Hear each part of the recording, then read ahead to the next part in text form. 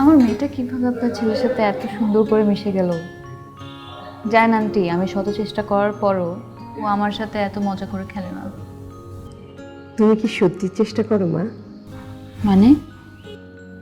মানে তুমি এত সুন্দর একটা ইয়াং মেয়ে, তোমার তো থাকবে ডানা মেলে উড়ে বেড়াবার ইচ্ছা।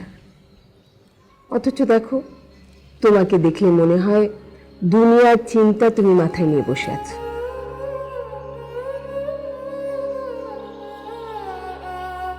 মেয়েদের কি আসলেই ডানা থাকে, নাকি বড় হতে হতে সমাজ সেটা কেটে ফেলে?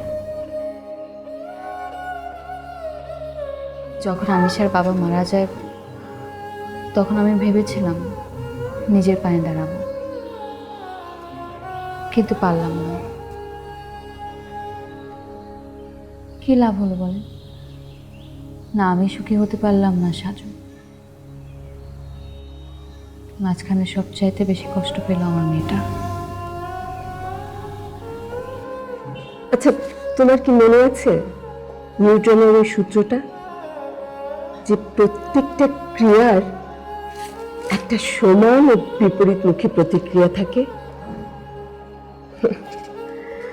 আমরা মেয়েরাই যদি মেয়েদেরকে পুরুষের সমান না ভাবি, তাহলে ওই বিপরীতমুখী প্রতিক্রিয়াটা কেমন করে আসবে?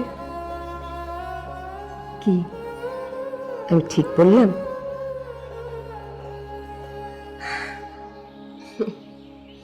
আপনারা দুজন সবসময় কিভাবে এত পজিটিভ থাকেন? আমি আর শাহিদ দুজনেই কিন্তু অসুস্থ। অসুখকে ভয় পেয়ে যদি আমরা দুজনেই চুপ করে বসে থাকতাম, তাহলে তো অসুখ আমাদের উপরে আরো চেপে বসতো। সেই জন্য মা বেটা দুইজনে অসুখের সাথে ফাইট করে অসুখটাকে দূরে সরিয়ে রাখি। মনে রাখবে, ফাইট কিন্তু আমাদের সব সময় করতে হবে, না হলে ওই বিপরীতমুখী প্রতিক্রিয়াটা কিন্তু পাওয়া যাবে না। এই যে অনেক কথা বলে বলে না তোমার মাথাটাকে নিশ্চয়ই ধরিয়ে দিয়েছি। দাঁড়াও, তোমার জন্য ভালো করে একটা কফি বানিয়ে। না না না না, আপনার তো হাঁটুতে ব্যথা। আপনি আমাকে কিচেনটা কোন ওইদিকে তো না? হ্যাঁ, আমি 2 কাপ পানি নিয়ে আসছি। পারবে তো? হ্যাঁ পারবো, আপনি যদি কিছু মনে না করেন। আমি না না, অবশ্যই যাও যাও।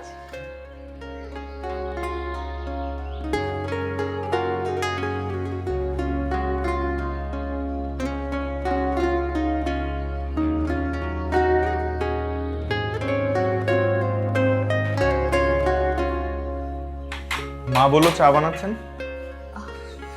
চা না কফি। কফি? জি। আপনি এখানে? আমিও এক কাপ খাবো আর কি। আসলে বাসায় তো সব নিজেরই করে খেতে হয়, মার হাঁটুতে ব্যথা, তাই আজকে অন্য একজনের হাতে কফি খাবো অনেকদিন পর।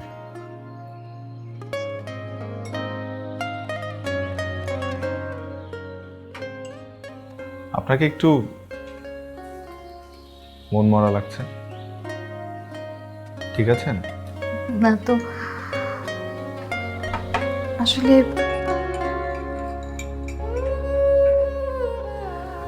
আসলে আজকে আপনাদের বাসায় আসার একটা কারণ আছে আমার।